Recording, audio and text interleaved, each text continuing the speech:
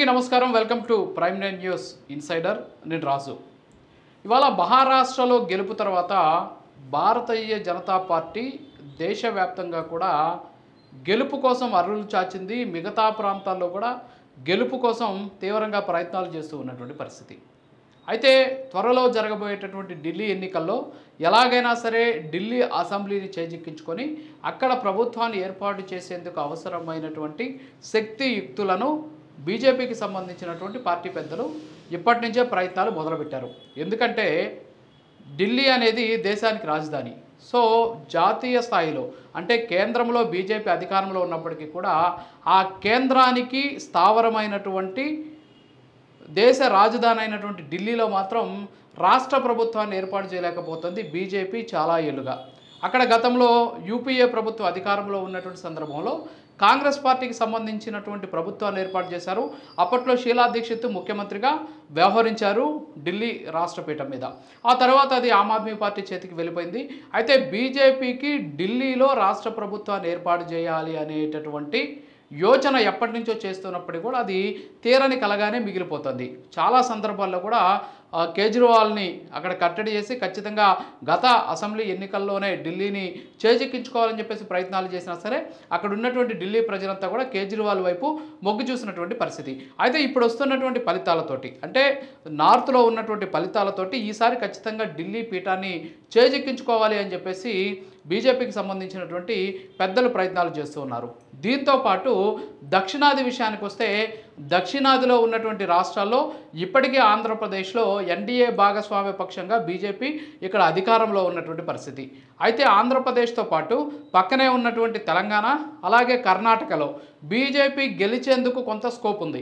ఎందుకంటే గతంలో కూడా భారీ ఎత్తున విజయాలు నమోదు చేసినటువంటి పరిస్థితి. అంటే అటు తెలంగాణలో అలాగే కర్ణాటకలో కూడా బీజేపీకి సంబంధించినటువంటి క్యాడర్ ఎక్కువగా ఉన్నటువంటి నేపథ్యంలో ఆ రెండు రాష్ట్రాలను కూడా ఈసారి వచ్చేటటువంటి ఎన్నికల్లో కైవసం చేసుకునేందుకు ఇప్పటి నుంచే పావులను మొదలుపెట్టింది బీజేపీ.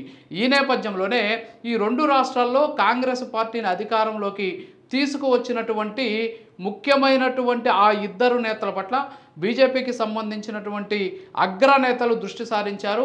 ఈ నేపథ్యంలోనే ప్రధాని నరేంద్ర మోడీ కూడా ఆ ఇద్దరు వ్యక్తుల మీద స్పెషల్ ట్రీట్మెంట్ ఇస్తున్నారని చెప్పేసి కూడా గుసగుసలు వినిపిస్తున్నాయి. ఎందుకంటే రేవంత్ రెడ్డి ప్రస్తుతానికి తెలంగాణ ముఖ్యమంత్రిగా ఉన్నారు. సో తెలంగాణలో కాంగ్రెస్ పార్టీ అధికారంలోకి రావడానికి కారణం రేవంత్ రెడ్డి. సో రేవంత్ రెడ్డి వల్లే అక్కడ అధికారంలోకి వచ్చిందని చెప్పేసి కాంగ్రెస్ పార్టీకి సంబంధించినటువంటి అగ్రనేతలతో పాటు తెలంగాణలో ఉన్నటువంటి కాంగ్రెస్ పార్టీ నేతలు కూడా అనేక సందర్భాల్లో చెప్పినటువంటి సిచ్యువేషన్. సో కాబట్టి అక్కడ ఉన్నటువంటి రేవంత్ రెడ్డిని బీజేపీ వైపు కానీ తిప్పుకున్నట్లయితే ఖచ్చితంగా అక్కడ గెలుపు సునాయాసం చేసుకునేటటువంటి అవకాశాలు ఉన్నాయి బీజేపీకి అనేటటువంటి ఆలోచనని బీజేపీ పెద్దలు చేస్తున్నట్టు తెలుస్తోంది. బిగ్ టార్గెట్ కూడా పెట్టుకున్నట్టు తెలుస్తోంది.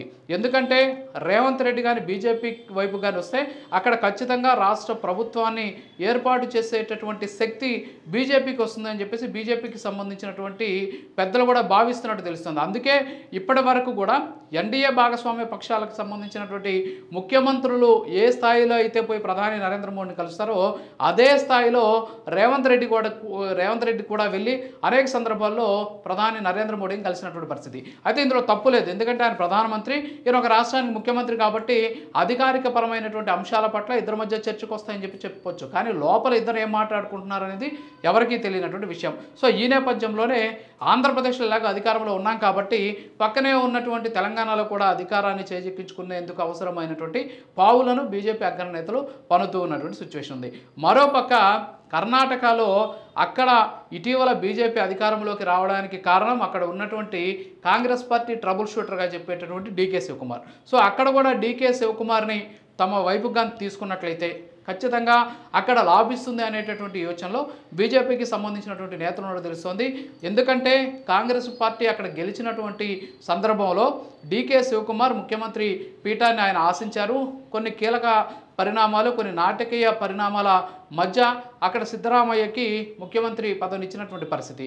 అయితే ఇప్పుడు సిద్ధరామయ్య మీద అనేక కేసులు నమోదయ్యాయి. ముడాకు సంబంధించినటువంటి స్కామ్లో ఆయన ఉన్నారు.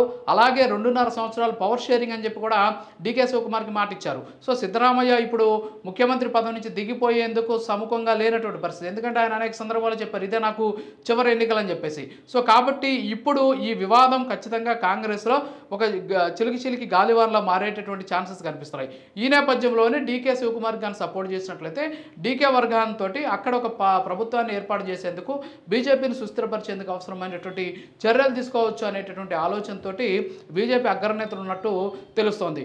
ఇక తమిళనాడు విషయానికి వస్తే, తమిళనాడులో అక్కడ ఇప్పటివరకు కూడా బీజేపీ ఒక సుస్థిరమైనటువంటి రాజకీయ వ్యవస్థను ఏర్పాటు చేసుకునేందుకు చేసినటువంటి ప్రయత్నాలన్నీ కూడా బూడిదలో పోసినటువంటి పన్నీరుగానే మిగిలాయి. అయితే ఇప్పుడు పవన్ కళ్యాణ్ రూపంలో తమిళనాడులో గేమ్ చేంజర్గా మారాలి బీజేపీ అని చెప్పేసి పావులు కదుపుతోంది. అందుకే సనాతన ధర్మంతో పాటు అక్కడ ఎవరైతే అధికారంలో ఉన్నటువంటి డిఎంకేని టార్గెట్ చేస్తూ పవన్ కళ్యాణ్ ఇటీవల వ్యాఖ్యలు కూడా చేసినటువంటి పరిస్థితి. సో మొత్తానికి దక్షిణాది మీద టార్గెట్ చేసినటువంటి బీజేపీ తొలుత బీజేపీకి కాస్త ప్రాబల్యం ఉన్నటువంటి తెలంగాణ అలాగే కర్ణాటకలో అధికారంలోకి వచ్చేందుకు ఈ ఇద్దరు నేతలు అంటే రేవంత్ రెడ్డి అలాగే డీకే శివకుమార్ని తమ వైపుకు తిప్పుకునేందుకు అవసరమైనటువంటి అన్ని ప్రయత్నాలు చేస్తున్నట్టు సమాచారం వినిపిస్తుంది. మరోపక్క తమిళనాడులో బీజేపీకి ఒక సుస్థిరమైనటువంటి రాజకీయ స్థానం ఏర్పాటు చేసేందుకు పవన్ కళ్యాణ్ అక్కడ ఒక గేమ్ చేంజర్గా వాడేటటువంటి అవకాశాలు కనిపిస్తున్నాయి. ఇక ఢిల్లీ విషయంలో కూడా ఇదే జరగబోతోంది.